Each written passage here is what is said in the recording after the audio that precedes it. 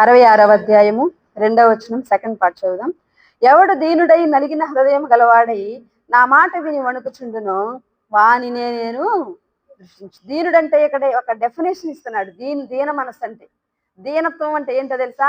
దేవుని మాట విని వణుకుచు దానిని గైకొనాలి. వాక్యం వినేటప్పుడు బాగానే విని దాన్ని మర్చిపోయి దాన్ని లెక్క చేయకుండా దేవుడు ఒకటి చెప్తే మళ్ళీ నువ్వు ఇంకొకటి చేసావనుకో, దేని మనసేనది కాదు.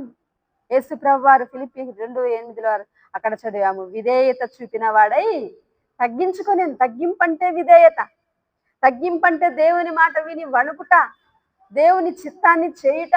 కాబట్టి రక్షింపబడాల్సిన వాళ్ళకి తగ్గింపంటే ఏంటంటే యేసు ప్రభువారిని రక్షకంగా అంగీకరించు, ఆయన సిలువ కార్యాన్ని అంగీకరించుట, తాము పాపి అని గ్రహించి ఒప్పుకొంట, ఇది తగ్గింపు.